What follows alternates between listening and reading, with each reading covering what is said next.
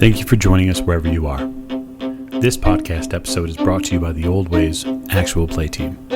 This actual play uses the 7th edition Call of Cthulhu tabletop role-playing game rules by Chaosium. This actual play is performed by adults and in an adult setting.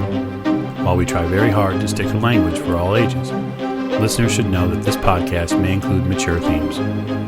All content, including names, places, events, companies, and etc., that may bear resemblance to entities living or dead, is strictly coincidental.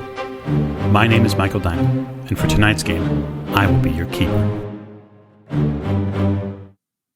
Thank you for joining us again in another episode of the Old Ways podcast. I am your Keeper Michael, and we are back with our Horror on the Orient Express campaign. And let's get into some introductions. To my right. Hi, I'm Mike, and I'm playing James Fraser. And to his right. Hi, I'm Rena, and I'm playing Lady Elisabeth Fitzroy. And at the end of the table. Hi, I'm Giles, and I'm playing Simon Griffith. To his right. Hi, I'm Miranda, and I'm playing Maggie Bellinger.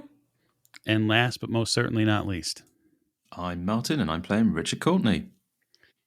Wonderful. We have some traveling to do today. Plans have been laid to head to the estate of the Earl of Northbrook, and we're going to get underway under those pretenses. So as we lift the curtain tonight in a very early morning, early-ish morning, we don't want to wake Lady Elisabeth too early. We'll start with Lady Elisabeth. You get a visitor to your room, a soft knock, and Bennett lets you know that it's time to get ready, milady. Thank you, Bennett. Always on time. I think I will take the brown traveling suit for today, and I will be needing my walking stick, thank you. Very good. Very good. She begins to kind of quietly yet swiftly, I shouldn't say swiftly, effectively hustle around the room. Bennett is never one for lost movement when she's getting you ready for the day. She tends to be very careful as to not upset the normal routine of your morning. She knows that sometimes in the morning, mornings for you are just a little bit more difficult. So, but she begins to buzz about. Mr. Fraser, like clockwork, you stare at your watch and you realize that just by the tick of the clock and the sound that Bennett's shoes make upstairs, you realize that the day is now proceeding. Well, I shall initially make sure I have a suitcase packed for myself with everything that I need for the journey. I'm assuming that we are going to be just there for the day, but just in case it turns into an overnight stay, I'm going to bring things for that. I will also speak to Mr. Hughes. I will advise him that we are planning to get the 11:30 train from Paddington to Oxford, and from there we will take the branch line to Northbrook, and we will be met by a car from the Maplebrook estate. That I'll speak to the head butler at Maplebrook, and I'll arrange that. So once I've advised him of that situation, I will make a telephone call to Maplebrook, and I will speak to the head butler there. I will ask him to arrange for one of the chauffeurs to pick us up at the station. I'll also ask for him to arrange that a wheelchair be provided in the car that's picking us up, just in case it's needed. And from there, I will go and knock on Lady Elisabeth's door and see if she's ready for the date. After you're attended to for a brief period of time by Bennett, you're able to gather yourself and get dressed. Anything you're specifically taking attention to prepare for? I always take a few minutes while Bennett's getting my clothes ready to make some notes in my journal. I keep a very precise record of my plan for the day. I've done that ever since I was a small child. And then once I am dressed and ready to go, I take my journal, my notebook with me, because I'll be taking those in my bag. and I make sure to take a slightly larger bag than usual so that I can fit any book opening implements that I might need to lift from the estate. Hammer and tongs from the local smith. Yeah, very good.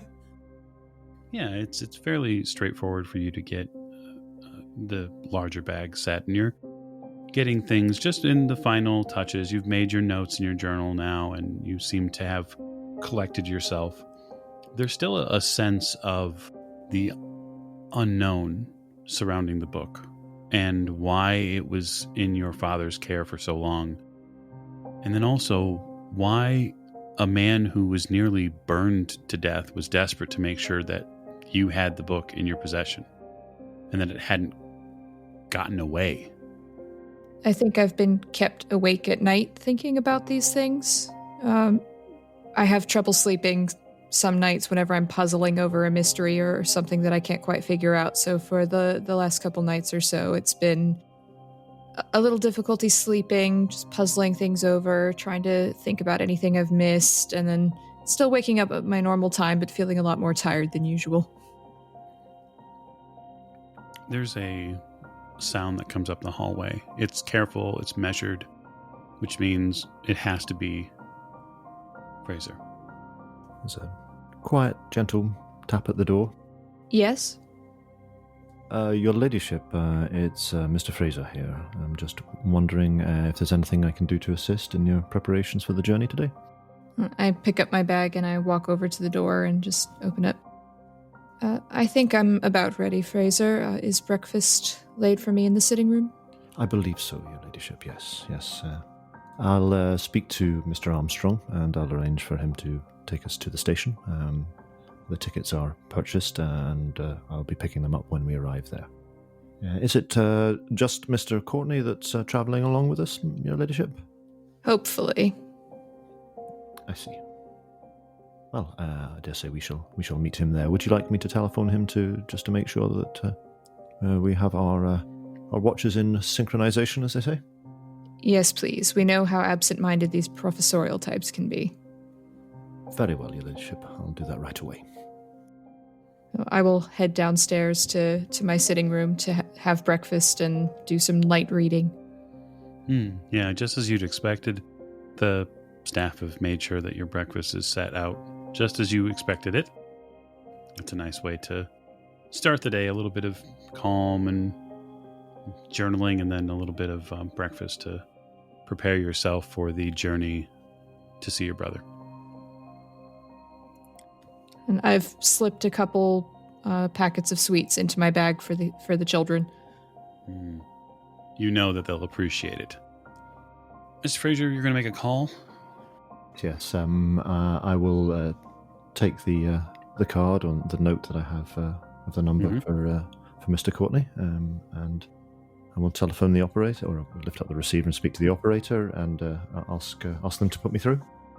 They put you through to the hotel, and the gentle and calming voice of the hotel manager on the other end picks up the phone and says, "Yes, may I help you?" Good morning. I'd like to speak to Mr. Richard Courtney, please, if you'd be so kind. Of course. One moment, sir. You get placed on a very brief hold, and all of a sudden, a very alarming noise comes thundering into your ears, Richard. It comes again. Sir? Yes. There's a call for you at the desk. Oh, okay.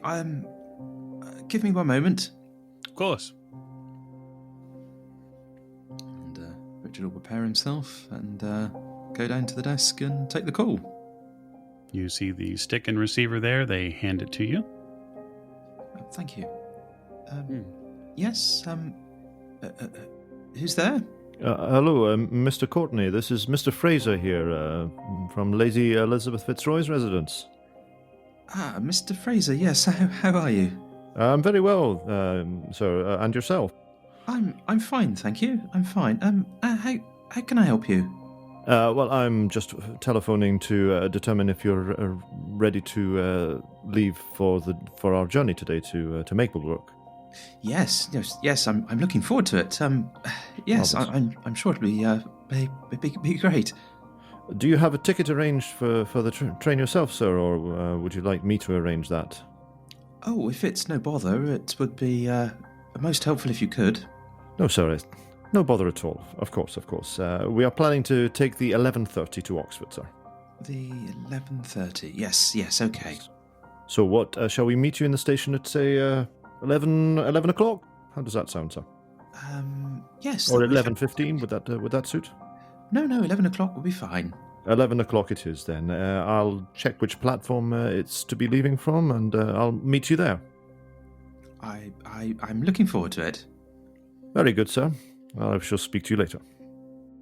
So, Richard, you place the receiver back down and hand the candlestick phone back to the gentleman here at reception, and he gives you a nod, and there's a very subtle glance over your current appearance, and he says, should I have breakfast sent up to you, sir? Yes, a spot of breakfast would be lovely, thank you. Wonderful.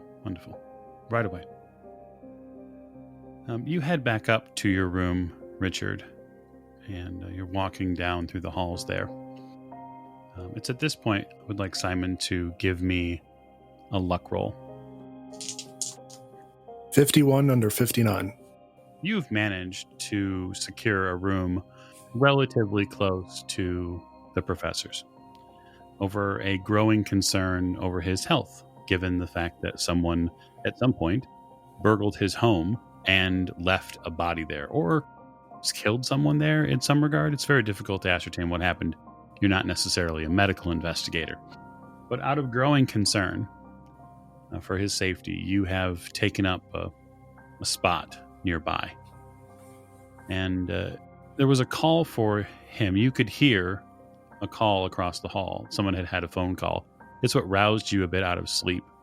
But when footsteps come back up the hallway, you can hear that someone's messing with the doorknob at the professor's room across the hall.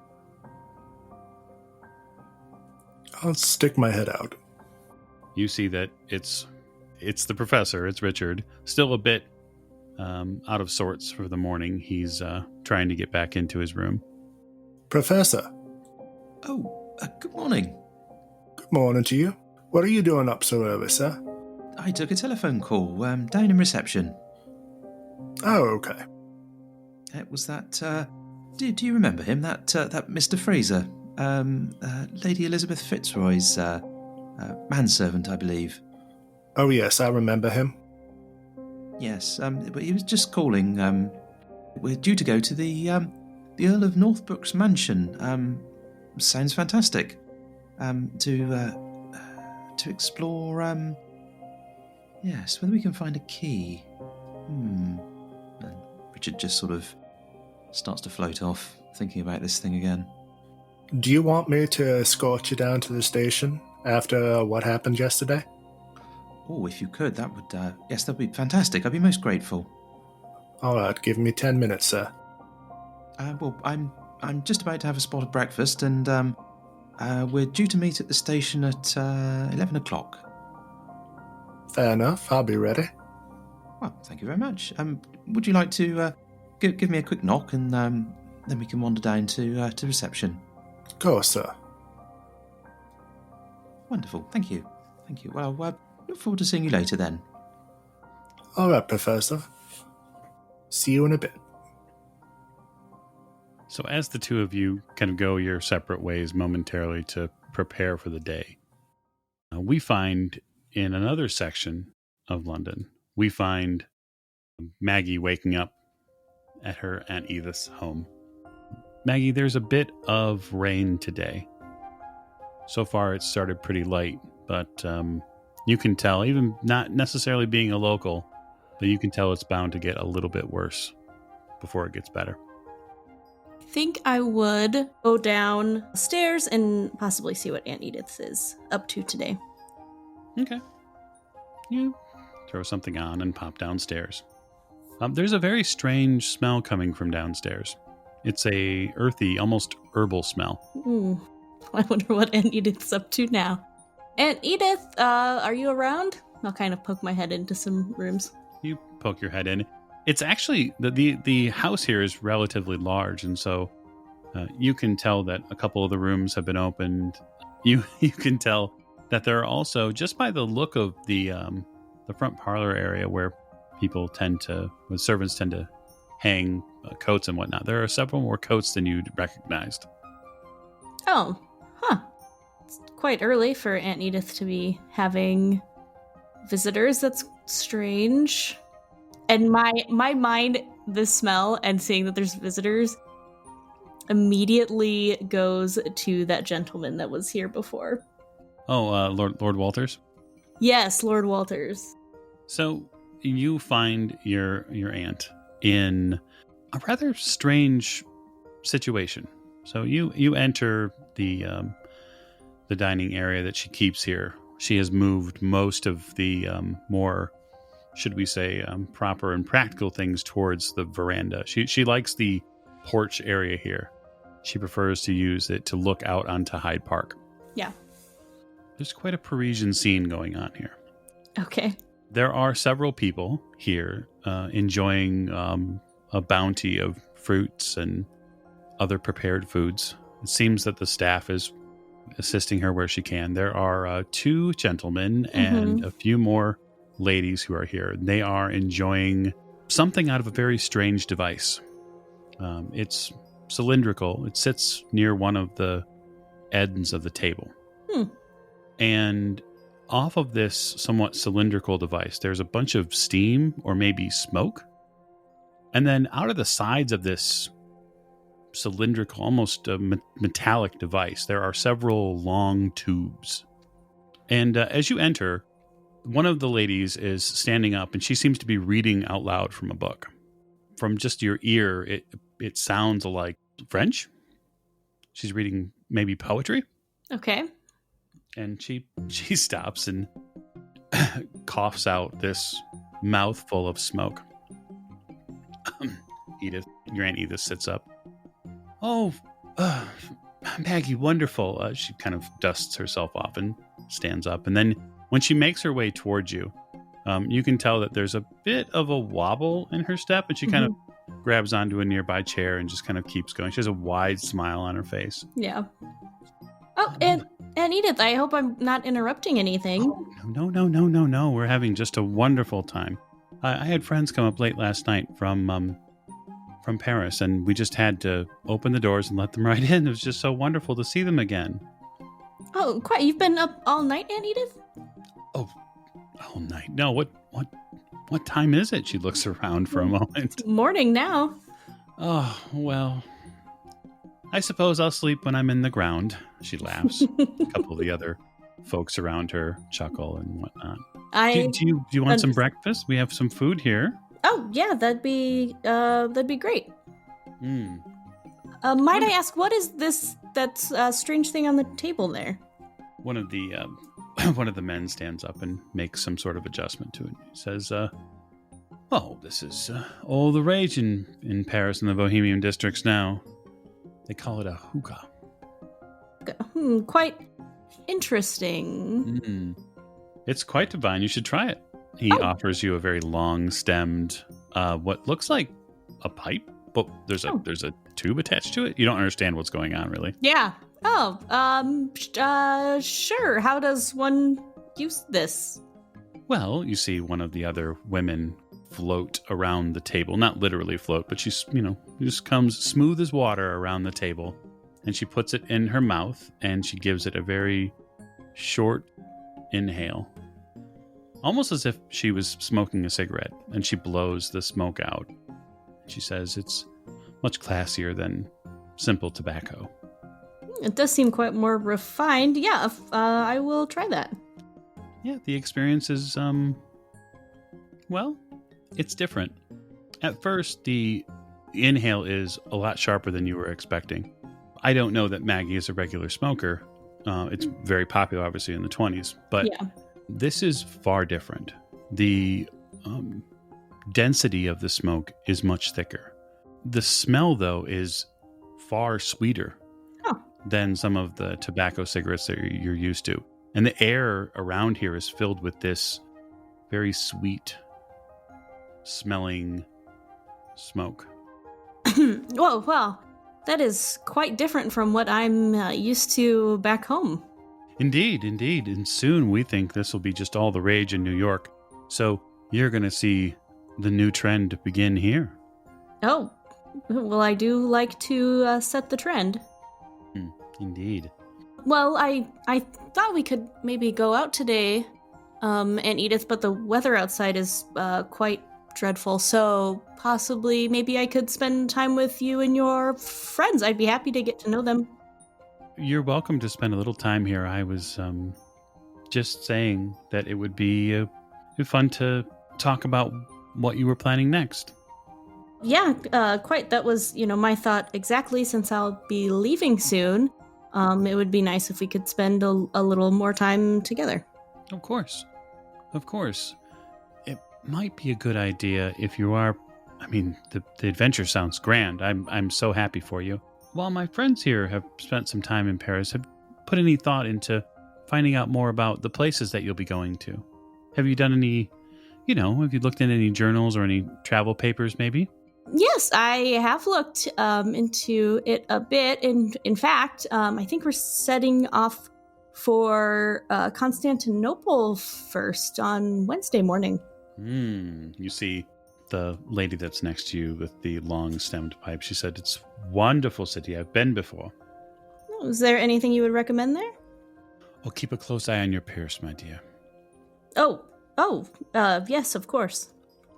Well, you have to understand, the war, it changed many things there.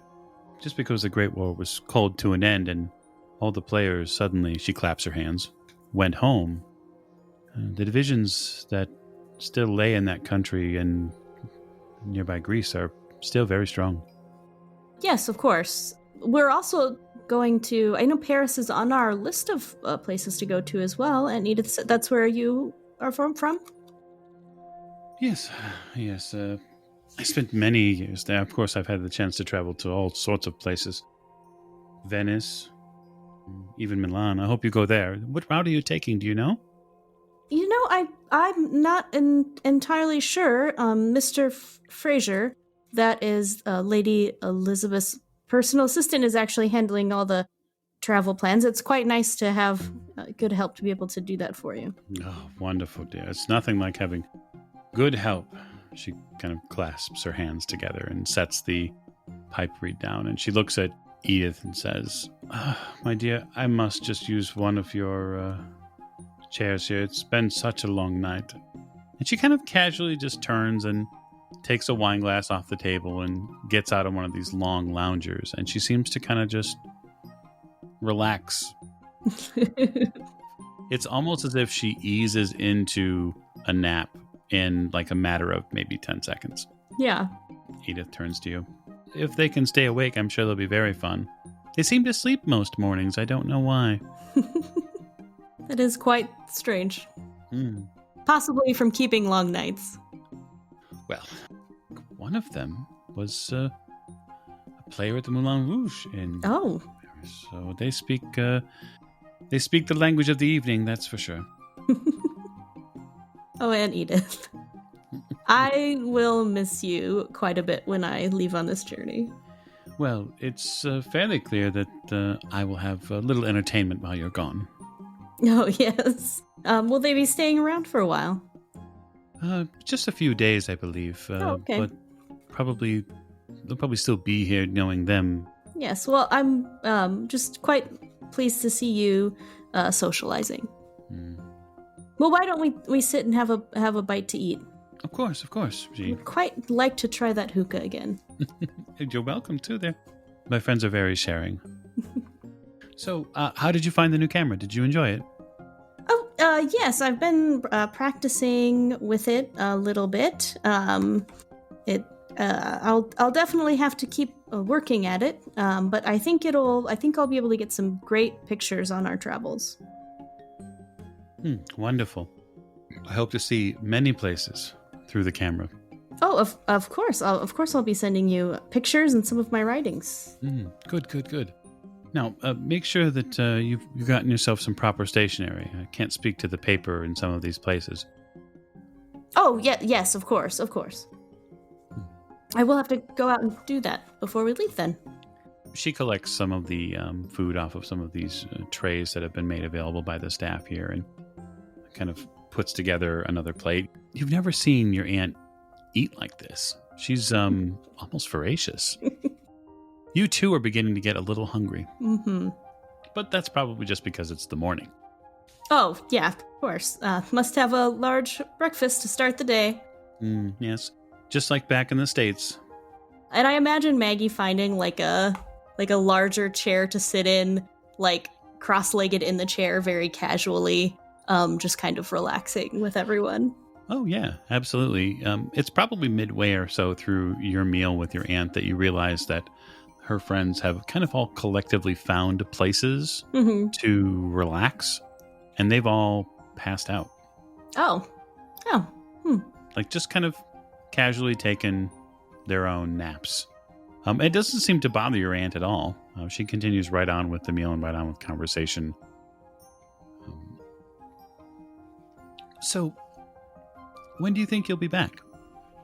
Well, I'm not sure. We have quite a few places to go, so I imagine it could be weeks. She kind of reaches over and takes your hand, and she says, I want you to be careful.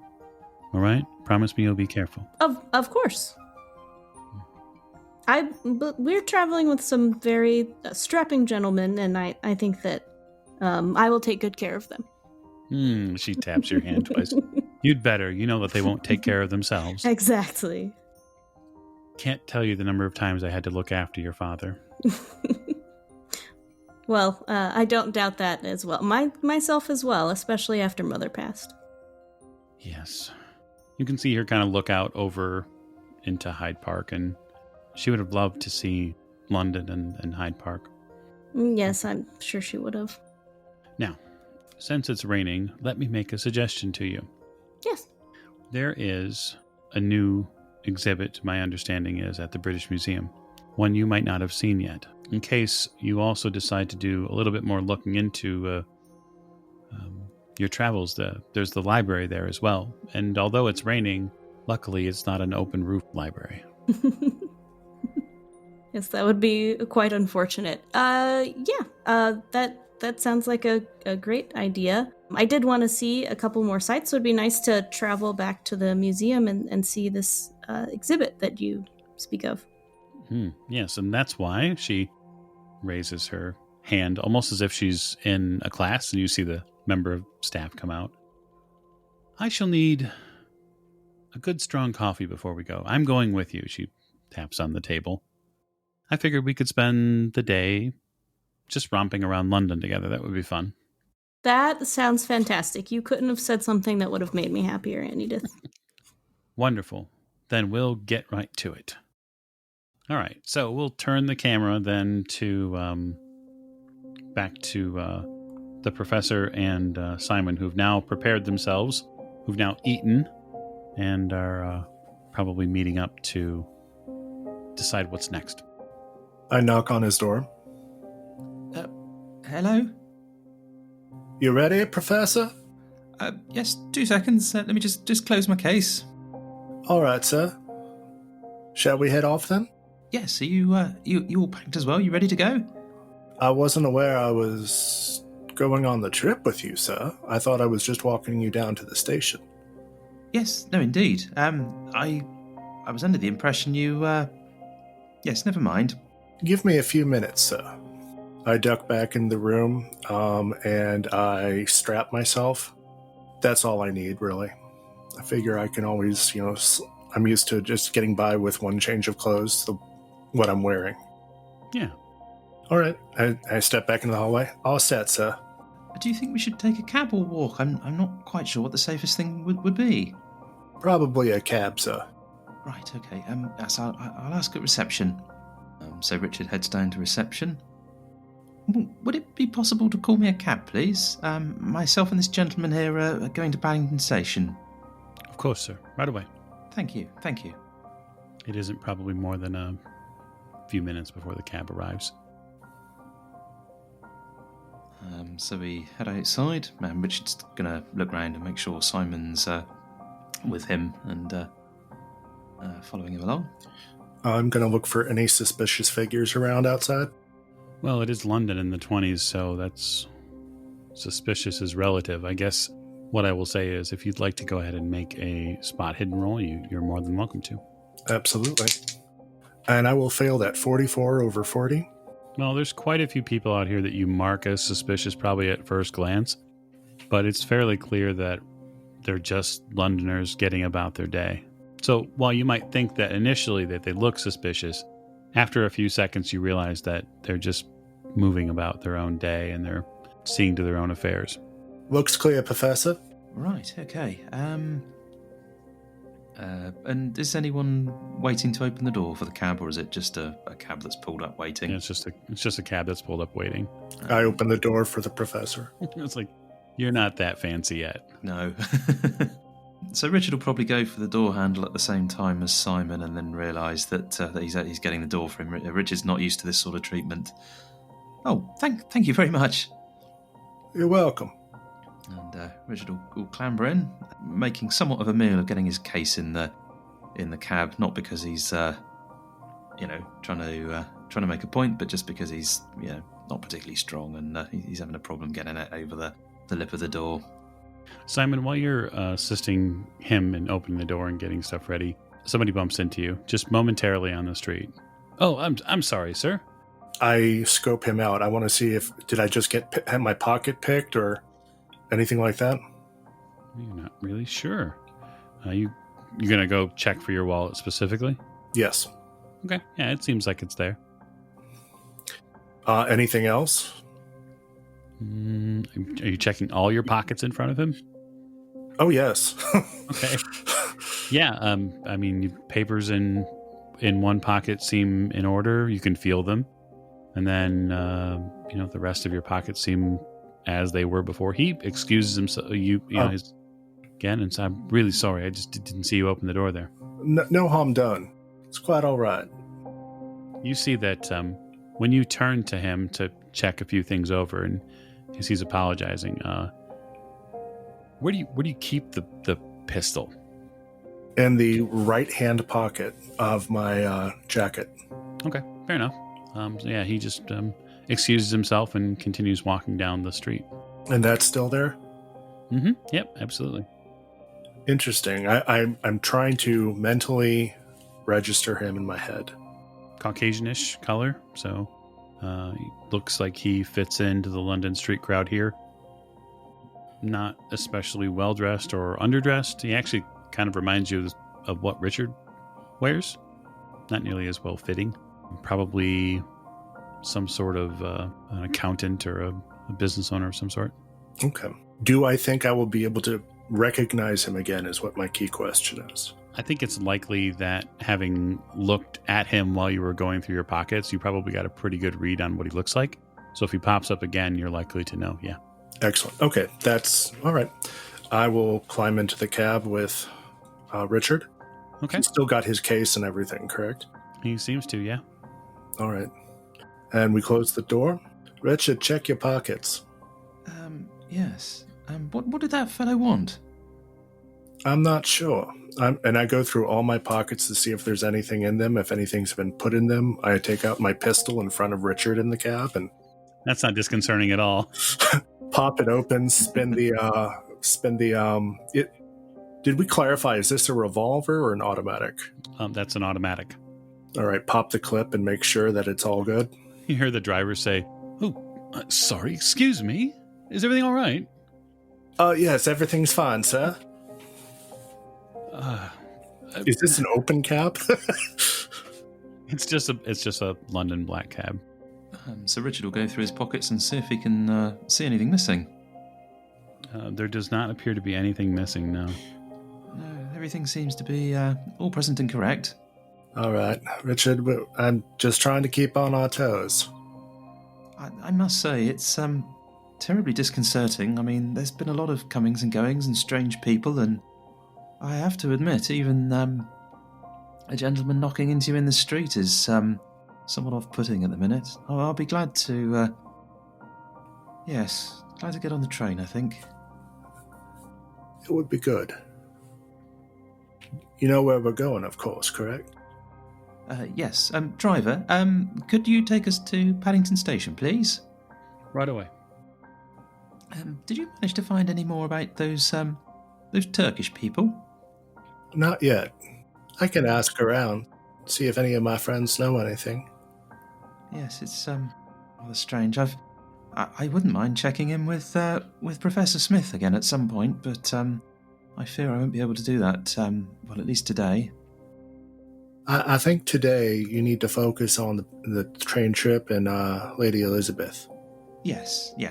No, we've got quite a bit of exploring to do. I'm really hoping we'll find the thing that she's looking for. And your own safety. Hopefully out of London everything will be fine. I mean, nobody would know me anywhere else. Professor, all these things that have been happening ever since Smith and then you have gotten this item that you are carrying. Well, that is true. So it stands to reason, since you are still carrying this item, that you are the focal point of someone's interest. Oh, I never considered that you think someone's after the device. It would seem so. Perfectly logical when you think about it. I don't know why that never occurred to me. I don't know why either. So we'll pop over to Kensington. And so with your breakfast sorted and the morning prepared, Miss Fraser, you are making the final preparations with Armstrong, yes? Yes, that's right. What I'm planning to do is leave ahead of Armstrong and Lady Elisabeth, head over by cab to the station, purchase the tickets for us, and then when Armstrong arrives at Paddington, I'll be there to pick Lady Elisabeth up and escort her into the station and onto the train. Okay, fair enough. You arrive at the station. Getting the tickets is not a problem. And then back at Kensington, Armstrong gets you prepared to leave in the auto, Lady Elisabeth. Thank you, Armstrong. How are you this morning? Good. Thank you for asking. There's a bit of a chill there with the rain. Yes, not quite the best of days, is it? Is your family all right, Armstrong? You were gone the other day. Indeed. Yes, indeed. They are well. I'm glad to hear it. He bundles you up into the car, essentially, and makes sure that you are properly prepared, and then takes off. I spend the drive just sort of sketching things out, like some ideas or some thoughts of where I could look at the house once we get there. Just lost in my own thoughts. Sure. Yeah, it's been a little bit since you've been there. Yes. I've written out some strategies for dealing with Margaret in case I run into her. Yes. Arrival at the station goes like clockwork. Armstrong gets out, makes sure that the area is... he seems to fuss a bit about the area that you'll have to step onto, and then he opens the door for you. Miss Fraser, you see Lady Elisabeth and the automobile arrive, and you see Armstrong get out of it. Yeah, so I'll step down onto the pavement to take Lady Elisabeth's arm if that's required. Just standing at a respectable distance and make sure she's okay as she's leaving the car. See if I think that she's going to require the wheelchair, which will be kept in the car and in the boot of the car. Just the walking stick today, Fraser. Thank you, at least for the moment. Very good, Your Ladyship. I have arranged with Mr. Courtney to meet him on the platform at 11 o'clock. Oh, excellent. Platform 4, I believe, Your Lady. I do hope he's on time. Yes, as do I. It does seem, as you approach platform 4, that the professor is on time. So the cab for Richard and Simon pull up outside the station. And you can see, Richard, that just by the clock, it's getting pretty close for you to be getting onto the platform. So Richard will take a look and see if he can see Mr. Fraser. Yeah, I suppose. I don't suppose Miss Fraser's trying to hide himself, but No. I'll, if I spot Mr. Courtney, I'll make myself known to him. and then I guess my question is for Simon, are you walking the professor all the way to the platform, or are you hanging back afterwards? Oh, I'm going to be walking him all the way to the platform.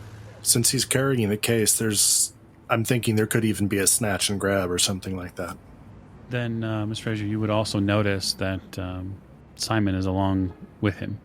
So I'll wait for them to come to us because I'm going to be attending to her ladyship. So, do we see them as they get out of the cab, or is this further into the actual station proper that we see them? You would notice them probably before they make the station itself.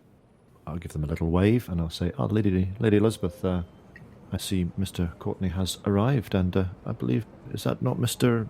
Was it Griffith? Was that the name of the gentleman?" Ah, yes. I imagine he's looking after the professor. You don't see the American anywhere, do you, Fraser? Miss Bellinger? No, no, I don't see her. No, I don't believe she's coming with us anyway, is she? Oh, thank God. Right. She has a very exuberant nature, does she not? Yes, I believe that's quite typical for her species. Ah, yes, our cousins from across the pond, indeed. I wonder if this Mr. Griffith is coming, or is he just escorting our professorial friend to the station? I don't know, your ladyship. I mean, I don't have a ticket for him, but Aha. I suppose if you don't have any objection and he wants to come, Yes, I suppose so. Don't want to be rude, although I'm not quite sure how comfortable he'll feel, considering how uncomfortable he was the other night, but... Indeed, your ladyship, indeed. Or perhaps he's just seeing Mr. Courtney off anyway. And the four of you come together, of a sort. Good morning. Good morning, Professor. Mr. Griffith. Morning, Lady Elisabeth. Mr. Griffith, Mr. Courtney? Are we all set then? Well, I have the tickets. Marvellous. Is it your intent to come along, Mr. Griffith? I'm afraid we don't have a ticket for you. It entirely depends upon Mr. Courtney here. I believe the professor is an object of interest at this time.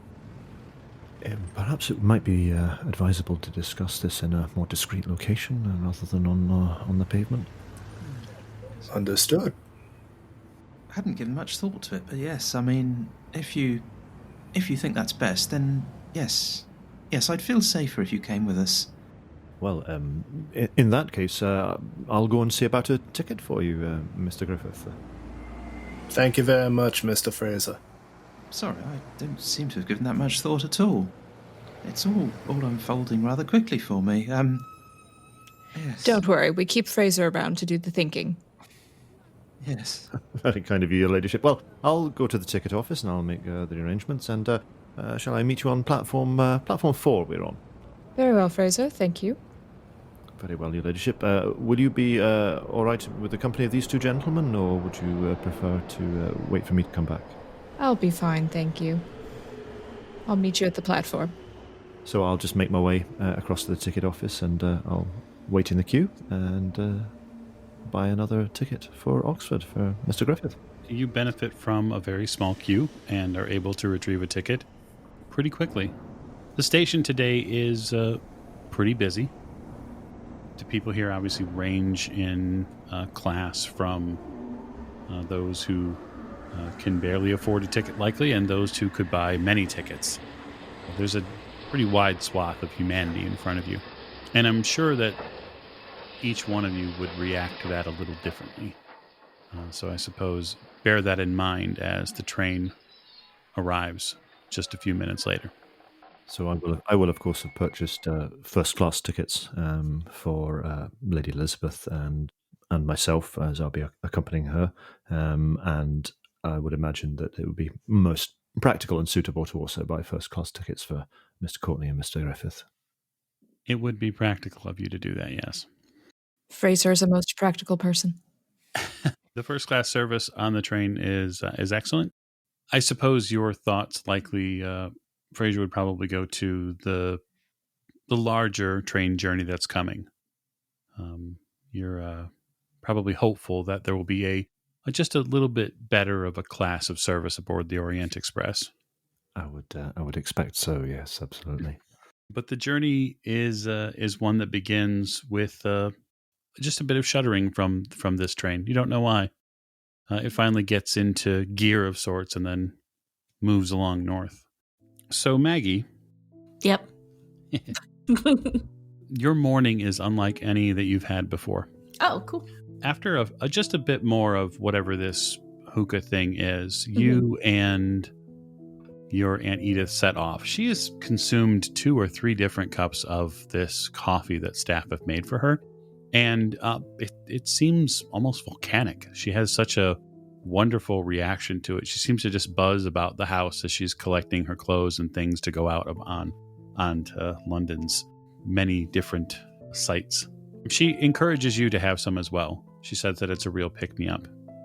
Oh, yeah, of course. It's really after that first cup that you see what she's talking about.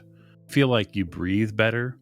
The fog of London kind of purges itself from your nasal passages and your throat, something that's always bothered you. And there's such a clarity to things. You and Edith set off. The first place that she wants to go is the British Museum. She says that we have to spend a little bit of time in there. There's some just wonderful pieces that they've brought back from Egypt recently. Oh, of course. And so the two of you walk for the better part of a few hours through the British Museum. It isn't hard to get captivated and lost amongst the pieces here. You see beautiful busts of pharaohs and pottery and hieroglyphs and just things you'd never imagined in your wildest dreams that you'd see from the States. And then you see things from ancient Greece and objects from even the far off East. And you marvel for a good hour or so. And then she asks if you want to see the library, because there is a library here at the museum as well. Yeah, I think that would be quite smart. We can look up some information on these places that are on my journey. Okay. The museum today isn't very busy. Perhaps it's the rain. Perhaps it's the day, the time. But the library itself is fairly thin with people. There's a few people here and there.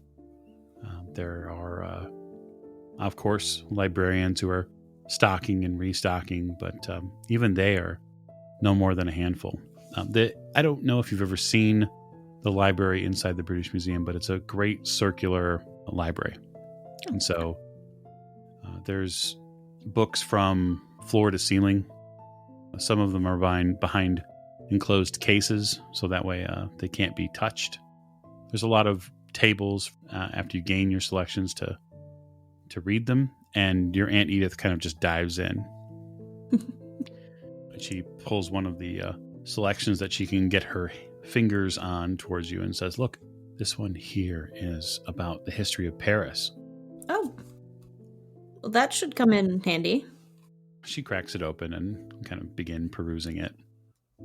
Why don't you give me a spot hidden roll? Okay.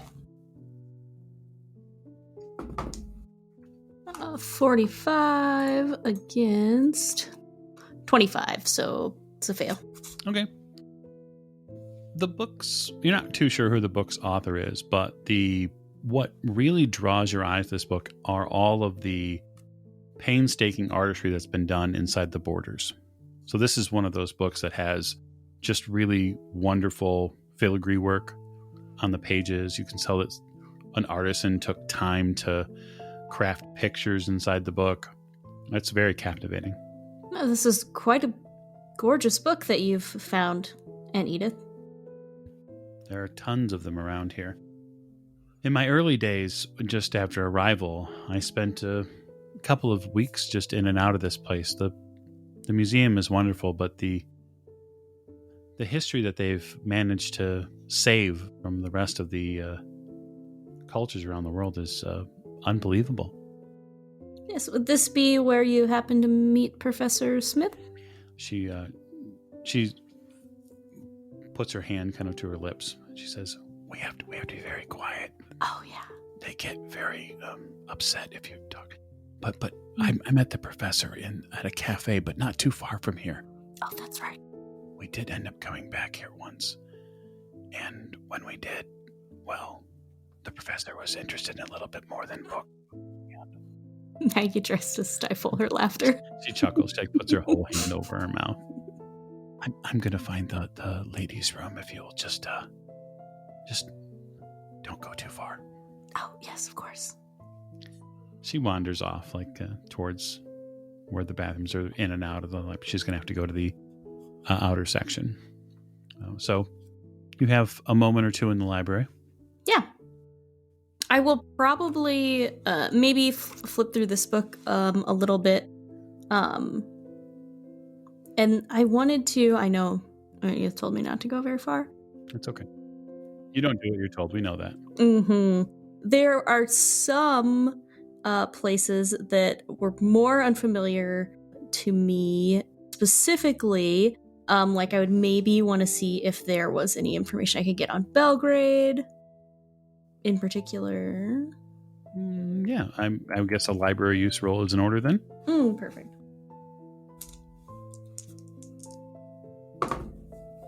$36 against $50, so success.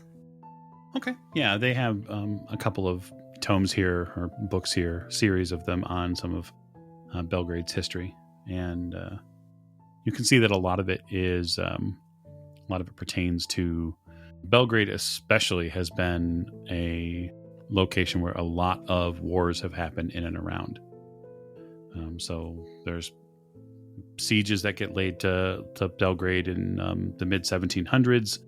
There's a treaty later between Austria and the Ottoman Empire, which returns Belgrade to the Ottoman Empire. So it seems like Belgrade has been a city that has shifted back and forth between different controls of different armies.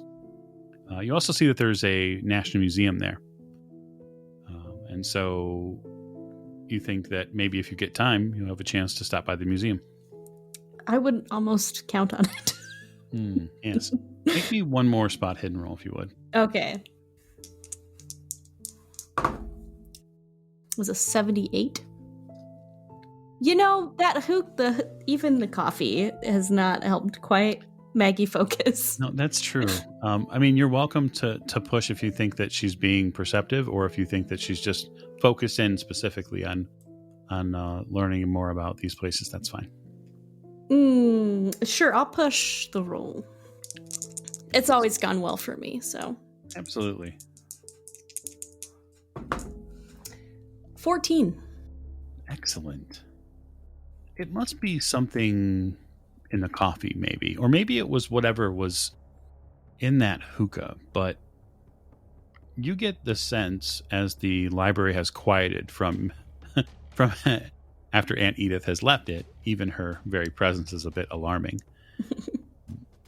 You get the sense that something's not right here.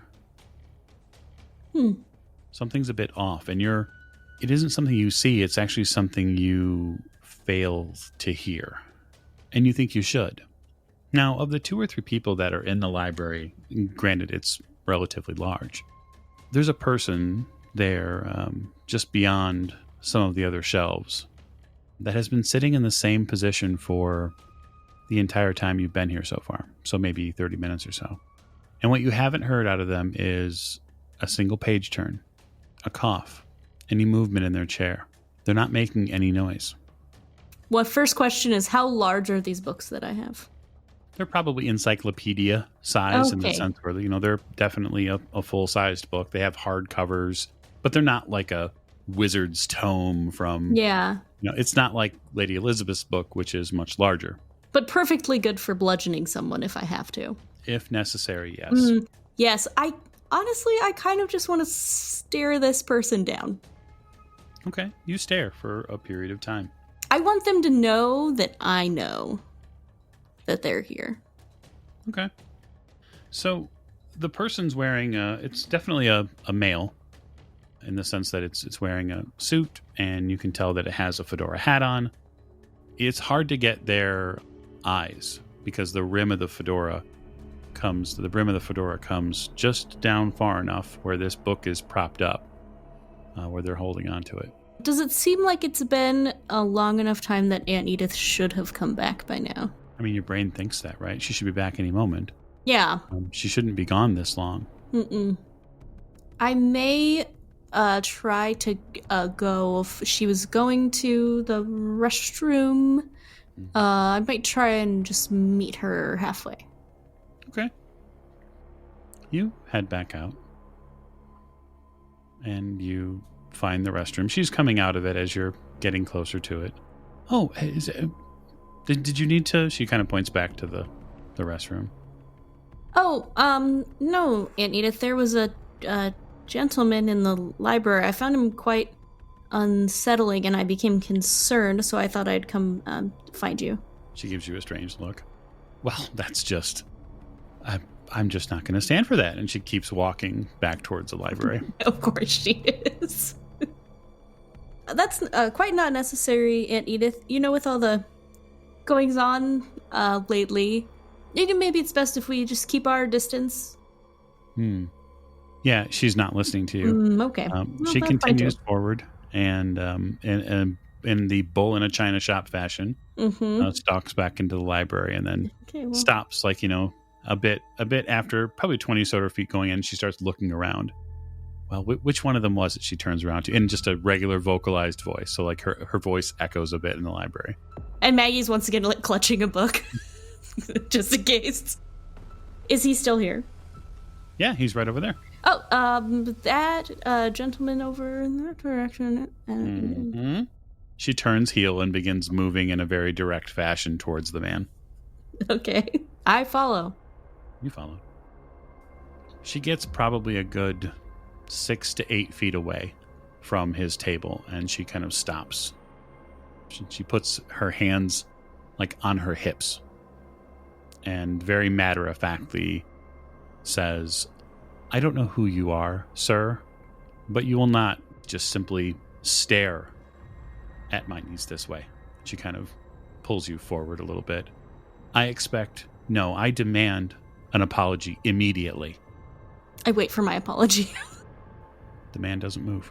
Oh. See, this is what I was talking about, Aunt Edith. Even closer now, you can see that his body is rigid. It hasn't moved at all. She steps a little bit closer. Sir, are you okay? Now, you see here, sir. I will not have this. Apologize immediately. Sir, Aunt Edith, I think something might be wrong, and I'll kind of like reach out to touch his shoulder. You reach out to touch his shoulder, and when you touch his shoulder, his hat falls off. And when his hat falls off, you can see that the flesh and skin has been removed from his head. And so he is down to the muscle and sinew. Even the eyes in his sockets have been fixed in such a fashion as to support them, but yet so that they don't fall out. You can see every single perfect tooth in his mouth as he stares dead-eyed at this book. And that is when Maggie will roll sanity. Yeah, and Maggie will probably scream and clutch Aunt Edith. Oh, I'm sure.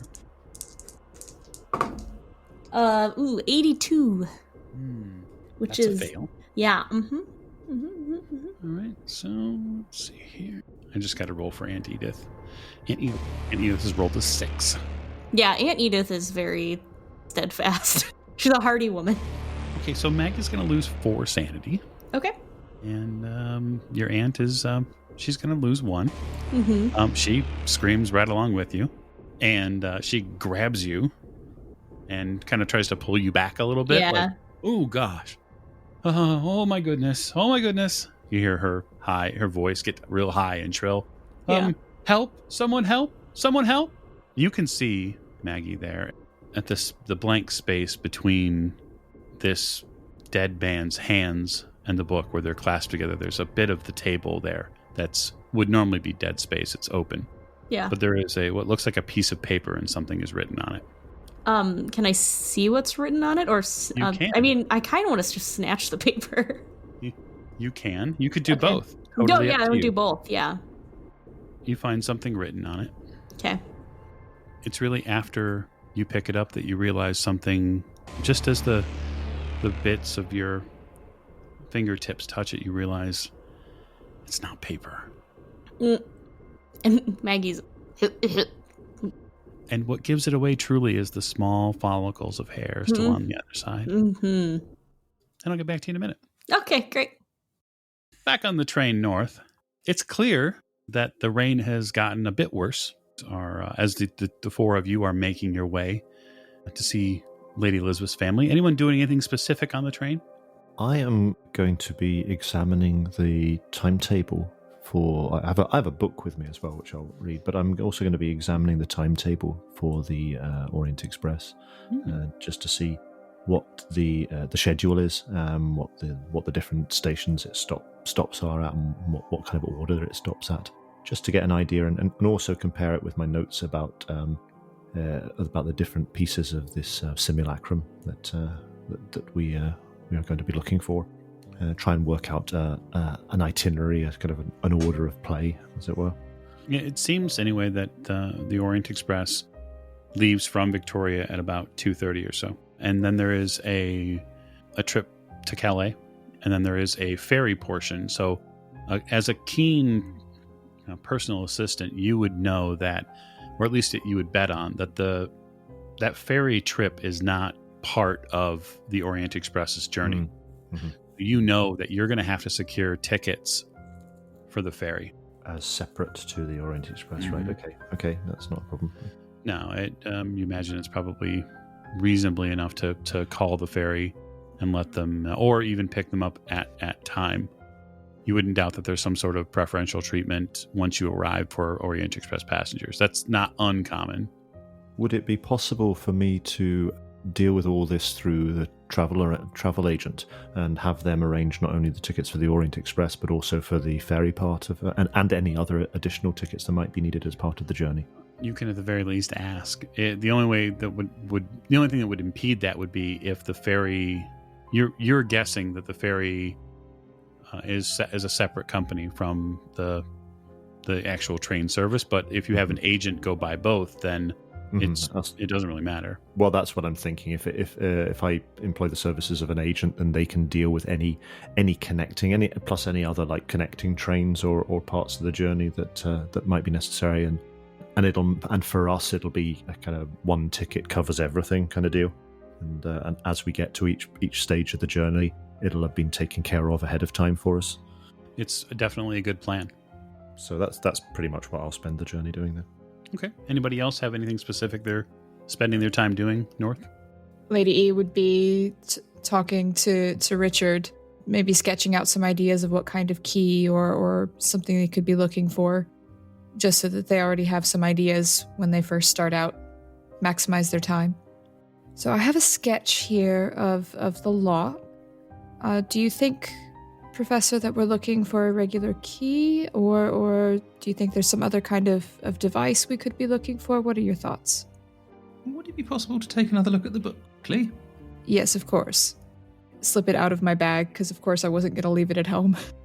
I seem to remember last time the locks were, rather shallow. I was pondering whether the key might be of a completely different form, so difficult to explain, but rather than something on the end of a long shaft, something that actually you would put in there and rotate directly with your hand. So almost like a key without the shaft in the middle. You'd sort of turn the bit at the end directly, if that makes any sense.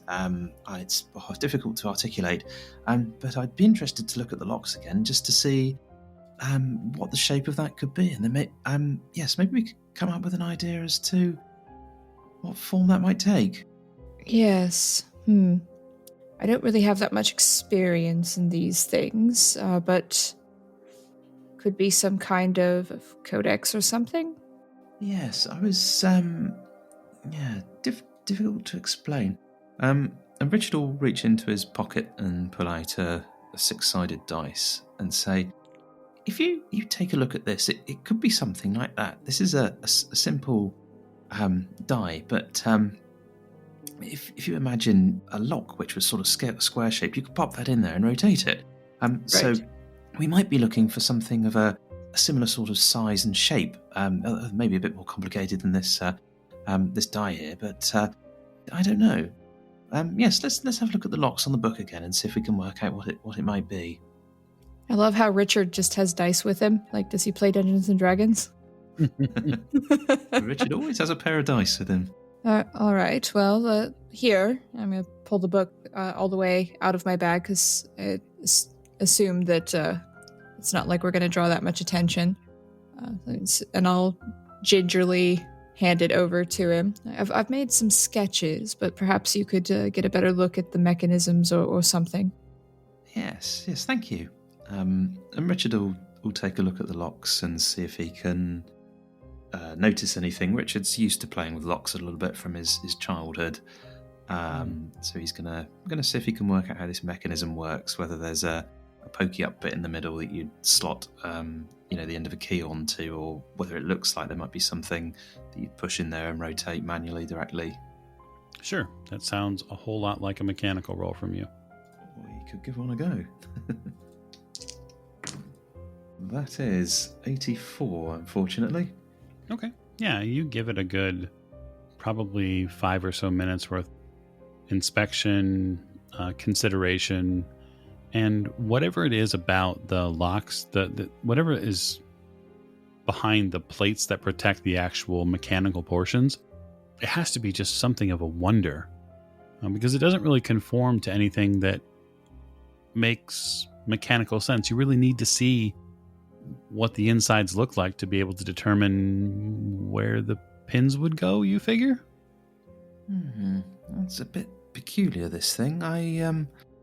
I can't say I'm familiar with how this would work. I think it does underline the fact that we're not looking for a normal key, or at least I think we're not, but something that would fit in there. Do they both look roughly the same, even if Richard doesn't understand what they're made of? I'm assuming there's two. Is there sort of a single lock or two or three of them? There's actually 3 of them that line the side of the open face of the book. Mm-hmm. So as you look at the book from the paper side rather than the spine side, there are 3 of them. And there's also a clasp down at the bottom at the top. These don't appear to have locks in them. They just kind of hold the book shut. And do they all look the same? Like it would probably be the same key if it was, or the same style of key if it was anything. All but the center one. The center one looks different. So your idea that it might be like a multi-key or some sort of long bar maybe that would have to be inserted at the same time to all 3 locks and then unlocked? Yes, I think we might be looking for 3 things, 3 keys. Hopefully that'll help us find something. So 2 of them might be similar, 1 of them might be different, but it looks like we're looking for a set of 3 keys, I think. Well, Father's study might have something, or the library. Prepare yourself, Professor. It's quite an extensive collection. Oh, what may I ask is, does he collect? Well, he did collect books on the occult, actually. He was very interested in such things. And then you have your normal history and military and conquests and all that sort of nonsense. But he had a fairly extensive occult collection. I know Raymond donated some of them to the library, but from what I remember from my last visit home, there was still quite an extensive collection. So who knows what we'll find in there. But I don't imagine Raymond has gone through Father's desk all that much. Raymond's not the sort to sit behind a desk and do papers or anything, so it may be there. We have several different places we can look. Sounds fascinating. I hate to impose upon you, but would you mind if I took a look through the books? It's not a professional interest, you understand, but I have a little interest in the occult. I've read various things in the past. Oh, I would be delighted. And I think we wouldn't need to worry about Raymond minding either. He's always happy for me to disappear into the library, so I'm sure he wouldn't mind you taking a look. Oh, thank you very much.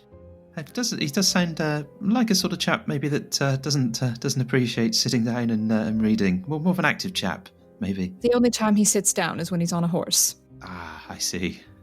Richard's a bit nervous about meeting a stranger who sounds quite sort of forthright, I think, quite active, and not Richard's type at all. You can see it already in your vision, Richard. You can see someone who's very, very good at polo. Someone who is quite good at many physical sports. He's probably a fan of sport in general. And that does concern you, yes. Richard knows these types. Yes, you've met them before, yes. Probably been on the other end of things, so to speak, from them. Oh, yes. Let's say the reason he graduated isn't because of his brains. Well, of course not. He's a very important person. That's why he graduated. They have to. So they can continue to be important. So let's dip back really quick to the library at the British Museum. Maggie, your Aunt Edith is pawing at your shoulder and back. She's kind of trying to coax you away. Don't touch that thing. Hideous. Let's go and get someone. Yes, I do think would be a good idea. Before she pulls me away, can I see what the book is or what the book's about? Yes, absolutely. It's actually a title that you've probably read. Oh, okay. It's Arabian Nights. Oh. So I will make mental note of that, and then I will go with Aunt Edith to find help. Though I would think that someone would hopefully be on the way. If there's two young ladies screaming for help in the middle of the library. As you guys make your way back towards the library's entrance, you do see a gentleman kind of makes his way hurriedly into the area. He's well dressed, and he stops your Aunt Edith. My dear, what's the matter? And she, kind of in a hurried series of breaths, just says, "The man over there. There's." She points back to the corner. "There's something terrible has happened to him. Oh, it's horrible. He's lost all of his skin." And this man looks, of course, shocked. And he kind of steps back. All right, would the two of you just head on out? I'll see to it. Of course, yes. And Edith, I think it would be in our best interest if possibly we went back to the house and settled down for a bit. Yes, I think all of the she shivers a little bit. I can't imagine what would have done that. No, me neither. Dreadful. You can rush out of the library area, and then it's not too far to the main set of doors and where the steps are to head out. Mm-hmm. It's inexplicable, though, what you've seen. Yeah. You can still see the muscular lines around the cheekbones and back and the side of his head after that fedora fell off. The little piece of, we'll say, stationery that you've left with is quite something. You can still remember the tactile feeling of the hairs creeping along the underside of your palm and finger. Yeah. And so I think that is a wonderful place to call this evening session. It seems that we have one set of investigators on a trip, and Maggie went and got a collectible from the British Museum she didn't think she would find. So it's important to take souvenirs with you when you go on a trip. I tend to agree. So also important to split the party. Undoubtedly. So we thank you all for joining us for this episode of Horror on the Orient Express, and we look forward to seeing you in the next episode.